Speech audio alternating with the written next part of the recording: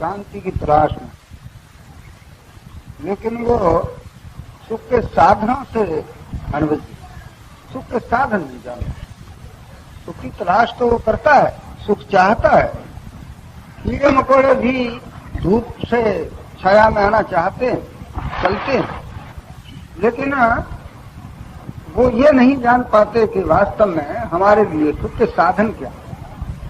ऐसे ही मनुष्य भी सुख की तलाश में है। वो दुख नहीं चाहता, लेकिन वो सुख की तलाश में जाता हुआ पहुंच नहीं पाता, क्योंकि उसको उनके साधन सुख के क्या है ये उसकी समझ में नहीं है। मेरा किसमें भला है, क्या करना चाहिए, वो इस तरह से नहीं जानता, इसीलिए वो सुखों की तरफ जाता हुआ भी दुख में फंस जाता। जैसे आप देखिए, ये बधिक लोग अच्छा सा गाना गाते हैं, अच्छा बाजा बजाते हैं, जंगल में बैठ करके हरण वहां आ जाते हैं और वो मार लेते हैं। मछलियां और अपने जल में खूब अच्छी तरह घूमती हैं, लेकिन जरा सी जिभ्या के लोभ में वो कांटे में फंस जाती हैं खाना खाने। पतंगे हैं, वो उड़ करके और दीपक की तरफ जाना चाहते हैं, वहां जाकर के उनके पर जल जाते हैं। ऐसे ही हम भी अपने सुख का साधन ठीक समझ नहीं पाते, इसी वास्ते वो दुख हमें घेर लेता है और दुख में फंस जाता है। तो उन ऋषियों ने जिन्होंने कि ये जरा ध्यान दिया था इस बात पर, उन्होंने बहुत अच्छा बताया है कि अगर तुम सुख के साधन ठीक समझ जाओ तो संसार में दुख है नहीं। दुख असल में अज्ञान से है और ज्ञान ही सुख का सार। जितना ज्ञान बढ़ता जाता है मनुष्य उतना ही सुखी होता है। संसारी विद्या के जैसे अभी जिक्र था, इसके पढ़ने से भी सुख प्राप्त हो, जीवन उसका सुख में व्यतीत होता है, लेकिन फिर भी उसमें कुछ खंडित सुख रहता है। आज 10 वर्ष सुख भी आया, फिर कोई शरीर कष्ट और कष्ट ऐसे आए तो वो दुखी भी होता रहता है। इस वास्ते इस विद्या से सुख तो प्राप्त होता है, लेकिन अखंड सुख प्राप्त नहीं होता। उसके लिए वो दूसरी विद्या, परा विद्या, आत्मज्ञान, वो अखंड सुख को देता है। इसीलिए ऋषियों ने उसका भी जिक्र किया है कि अगर उस विद्या को आत्मदर्शन कर लो, आत्मा की विद्या सीख जाओ, तो तुम अखंड सुख भी प्राप्त कर सकते। यानी दुख आवेगा, ये नहीं वो कहते कि दुख नहीं आवेगा, लेकिन एक ऐसी विद्या वो आती है तो उसमें दुख ही नहीं करता।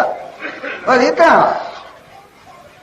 दुख तो आते हैं, हर एक पर बुढ़ापा आवेगा, शरीर के दुख भी होंगे, धन के भी दुख हो सकते हैं, वियोग के दुख हो सकते हैं, लेकिन उस विद्या के प्राप्त करने से मनुष्य दुखी नहीं होता। इतना फर्क अवश्य पड़े। इसीलिए हमें ऐसे उदाहरण भी मिलते हैं कि उन लोगों ने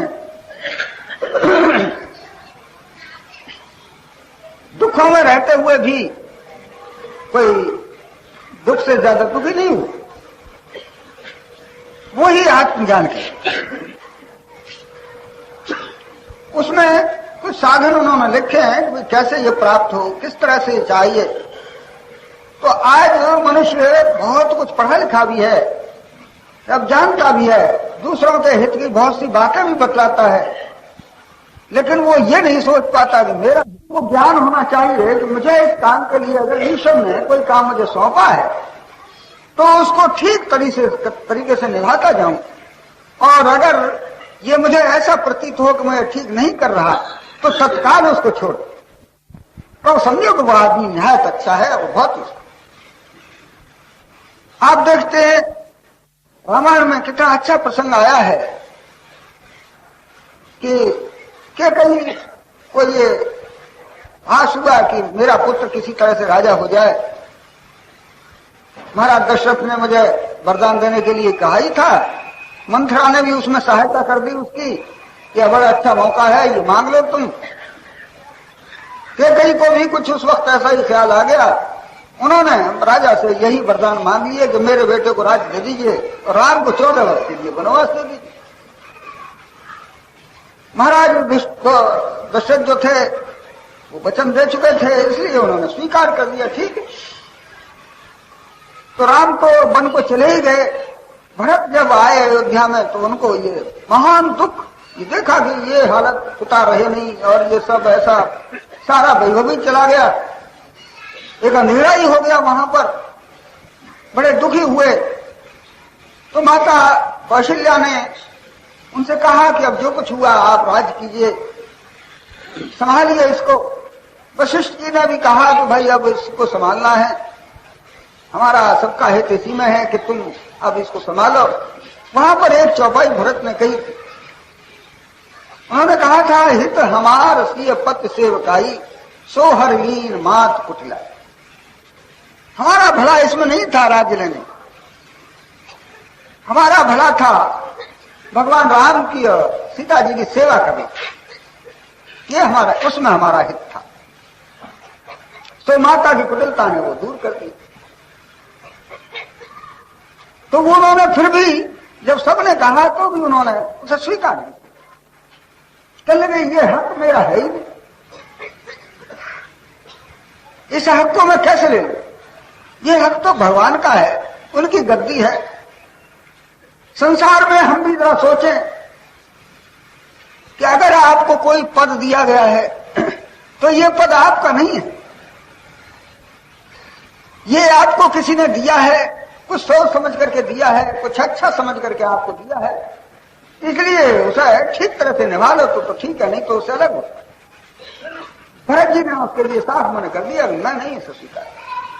सबने ही कहा, लेकिन वो सोचे कि मेरा हित तो इसमें है ही नहीं, मेरा हित तो भगवान के दर्शन में, उसमें।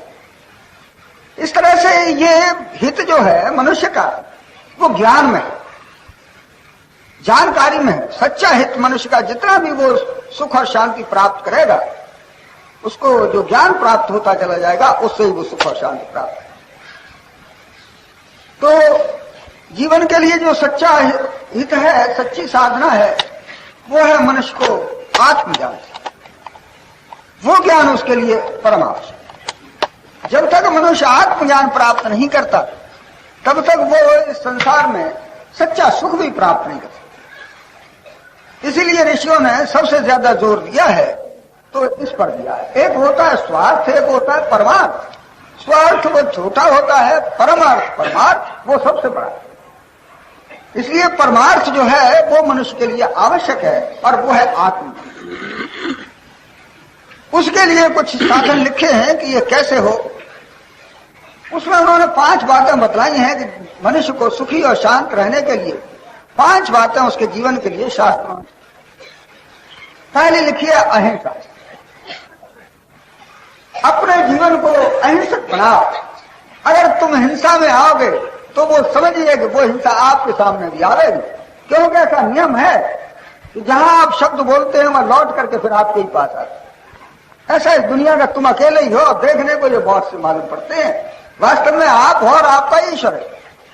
इसलिए जो कुछ करते हो वो तुम्हारे सामने आता है। ये दुनिया ऐसे समझो जैसे एक बड़ा सा मकान हो और उसमें बहुत से शीशे लगे, और अगर कोई बच्चा उसमें चला जाए तो ताज्जुब करेगा कि ये इतने बच्चे कहां से आ गए, हर एक में वो हरकत करनी होती है। और कोई उसमें कुत्ता चला जाए तो लड़के ही मर जाए, और अगर कोई उसमें समझदार व्यक्ति चला जाए तो बड़ा खुश होगी, ये सब स्वरूप मेरे ही, मैं ही इन सब में बैठा हूं, ये जितनी हरकतें हो रही हैं मैं करता हूं, वैसी सब में हरकत होती है। तो ये संसार भी ऐसा ही समझिए, ये सारे स्वरूप आपके हैं। इसलिए किसी के साथ अगर आप कुछ करते हैं तो वो लौट करके आपके सामने आ गए। जीवन में अहिंसा लाओ, किसी से द्वेष, किसी से झगड़ा, किसी से कठिन बोलना ये मत रखो, तो तुम्हें वो चीज आ रही वो शांति देगी। सत्य दूसरी लिखी, सत्य का व्यवहार करो तो तुम्हें एक शांति मिलेगी। असत्य के लिए अनेकों दुख पैदा हो जाए, एक असत्य के लिए फिर और असत्य आपको तलाश करने पड़े, इसलिए तुम चक्कर में फंस जाओ। उन्होंने कहा सत्य पर ही रहो। सत्य तुम्हें शायद कोई थोड़ा सा ऐसा मालूम पड़ा है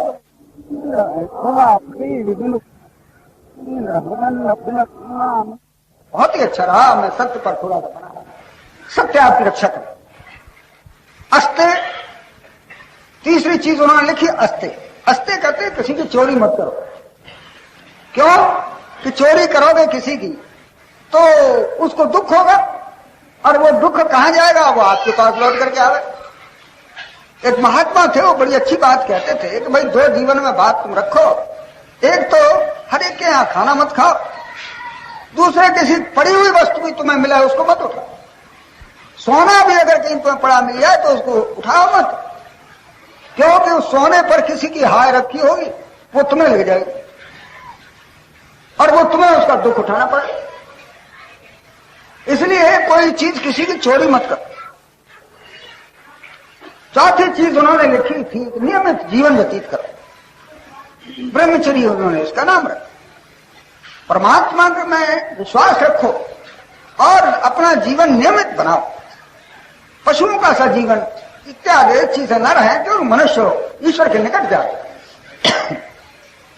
तुम्हें भगवान ने बुद्धि दी है, इसलिए उससे काम। तो अगर आप चौथी ये जो चीज है, अपना जीवन सादा और नियमित बनाओ। पांचवी, अपरग्रह, हल्के बने रहो। ज्यादा संग्रह करोगे तो फिर वो आपको उठाना पड़ेगा। जितना हल्का बनेगा उतना जल्दी खुश रहेगा, चलेगा। अगर बहुत सा बोझ हमने अपने ऊपर रख लिया तो निकलना मुश्किल हो जाए, कितना दुख होगा। इसलिए उसको 5 भागों में उन्होंने विभक्त किया कि ये बातें तुम्हारे जीवन में आनी चाहिए, तो तुम शुद्ध और आनंदित रह सकते। अहिंसा, सत्य, अस्ते, ब्रह्मचर्य, अपरग्रह, इसका नाम भी उन्होंने रखा यम। 5 बातें अपने जीवन में लाओ तो तुम सुखी रह सकते। तो लोग कोशिश भी करते हैं, चाहते भी हैं कि हम सुखी रहें, शांत रहें, लेकिन वो कर नहीं पाते, चाहते हुए भी नहीं हो पाता। इसलिए उन ऋषियों ने उसके साथ साथ एक बात और लगाई कि भाई तुम यम पालन करने के लिए पहले नियम का पालन करो, तो तुम इनको अच्छी तरह से पालन करो। उन्होंने जीवन के लिए 5 नियम भी बनाए। वो 5 नियम लिखे: शौच, संतोष, तप, स्वाध्याय, ईश्वर प्रणिधान। शौच, पवित्र रहो जीवन, पवित्रता लाओ, निर्मल वस्त्र पहनो, निर्मल शरीर रखो, हृदय को भी निर्मल बनाओ। पवित्रता जीवन की एक महान चीज है। जिनके हृदय पवित्र होते हैं उनके हृदय में सच्चा ज्ञान उदय होता है। जिनके कपट व छल हृदय में वास करते हैं उनमें सच्चा ज्ञान नहीं आ सकता, न शांति नहीं। फिर दूसरी चीज लिखी उन्हें संतोष। जीवन में संतोष, भगवान ने जो हमें भेजा है बहुत सुंदर, बहुत है हमारे, उसमें से भी कुछ दूसरों को देते जाओ तो ईश्वर महान खुश हो। अगर आपको 2 रोटियां मिली हैं तो अगर कोई भूखा आ जाए तो उसमें से भी तो समझो कि वास्तव में तुम्हें अभी दया है, धर्म है ये अपने जीवन में। अगर हम दूसरे की रोटी और छीनना चाहते हैं तो समझिए कि जानवर से भी हम आगे जा रहे हैं।